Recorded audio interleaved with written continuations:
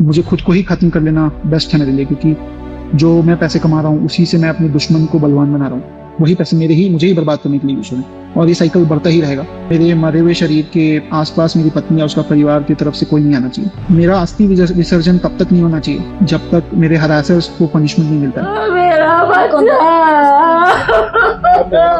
नमस्कार, मैं हूं बॉबी और आप देख रहे हैं एशियन स्काई न्यूज। बेंगलुरु के इंजीनियर अतुल सुभाष का सुसाइड मामला लगातार तूल पकड़ता जा रहा है। अब इसको लेकर के अलग अलग राय बन रही है। लोगों का कहना है कि पुरुष विवाह के बाद घुटन में रहते हैं या फिर इस तरीके की परिस्थिति उत्पन्न कर दी जाती है। अब अतुल सुभाष की आत्महत्या मामले में उनकी पत्नी निकिता सिंघानिया जो आरोपित हैं, उनकी भी सफाई सामने आई है। दरअसल निकिता ने साल 2022 में अतुल के खिलाफ पुलिस में शिकायत दर्ज कराई थी, जिसमें अतुल और उसके परिवार पर दहेज के लिए प्रताड़ित करने का आरोप लगाया था। अतुल की पत्नी निकिता ने शिकायत में ये कहा कि उसके पति और ससुराल वालों की दहेज की मांग के चलते ही उसके पिता की सदमे से मौत हो गई।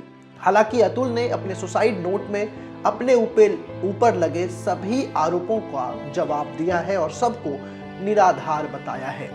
वहीं पत्नी ने दहेज प्रताड़ना का भी आरोप लगाया है। ये वक्त है अप्रैल 2022 का, जब उत्तर प्रदेश के जौनपुर में निकिता ने अतुल और उसके परिजनों के खिलाफ दहेज प्रताड़ना की शिकायत थाने में दर्ज कराई। इस शिकायत में अतुल के साथ साथ उसके माता, पिता, भाई को भी आरोपी बनाया गया। दहेज प्रताड़ना के अलावा निकिता ने अतुल पर उसके साथ मारपीट करने और डराने धमकाने का भी आरोप लगाया। एक न्यूज एजेंसी के दिए अपने बाइट के अनुसार निकिता ने बताया कि उसकी अतुल से शादी 26 अप्रैल 2019 को हुई, लेकिन उसके पति और सास ससुर दहेज को लेकर के नाखुश थे और 10 लाख रुपए और देने की बात कह रहे थे। पत्नी निकिता ने जो बातें कही, उन्होंने जो आरोप लगाया कि दहेज के लिए उसे प्रताड़ित किया जाता था। जब उसने अपने माता पिता को इसके लिए बताया तो उन्होंने कहा कि सब कुछ ठीक हो जाएगा और वह अपने ससुराल में ही रहे, लेकिन मेरे पति और सास ससुर के व्यवहार में कोई बदलाव नहीं आया।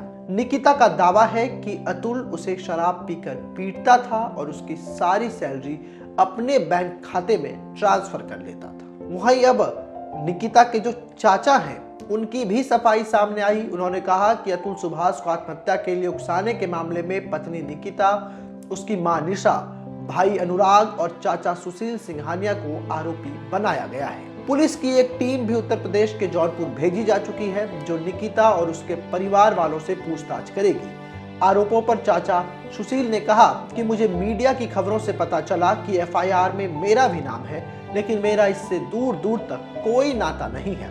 तलाक मामले की सुनवाई बीते 3 वर्षों से चल रही है और अब ये अचानक सब कुछ हुआ। हमारा परिवार दोषी नहीं है, इस मामले में अदालत को फैसला देना ही होगा।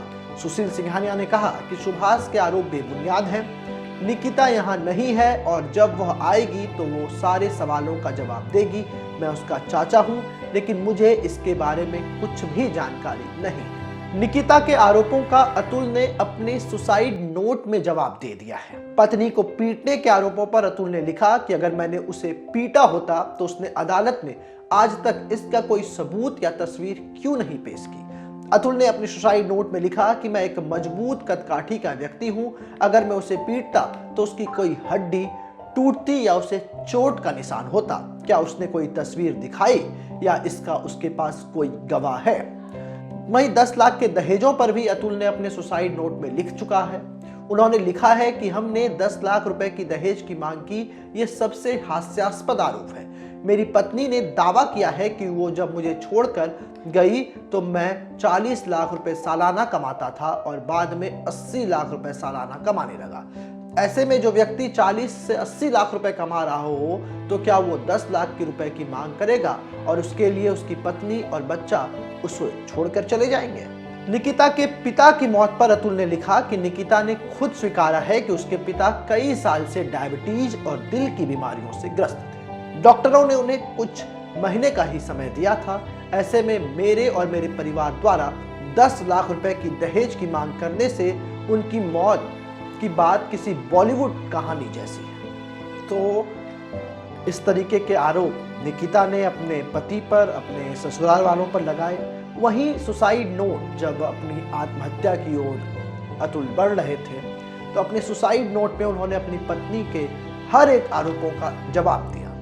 पुलिस भी जौनपुर पहुंच चुकी है और वाद विवाद भी खूब चल रहा है। इस विवाद से क्या कुछ निकलकर सामने आता है, क्योंकि जिस तरीके से जो भी इसके पीछे की सच्चाई हो वो सामने आनी ही चाहिए, क्योंकि हर बार एक नया विवाद और एक नया बहस छिड़ जाता है कि आखिर पति पत्नी के दाम्पत्य जीवन में पति और पत्नी दोनों आपस में सामंजस्य बनाए रखें। ये एक तरफ से नहीं होता।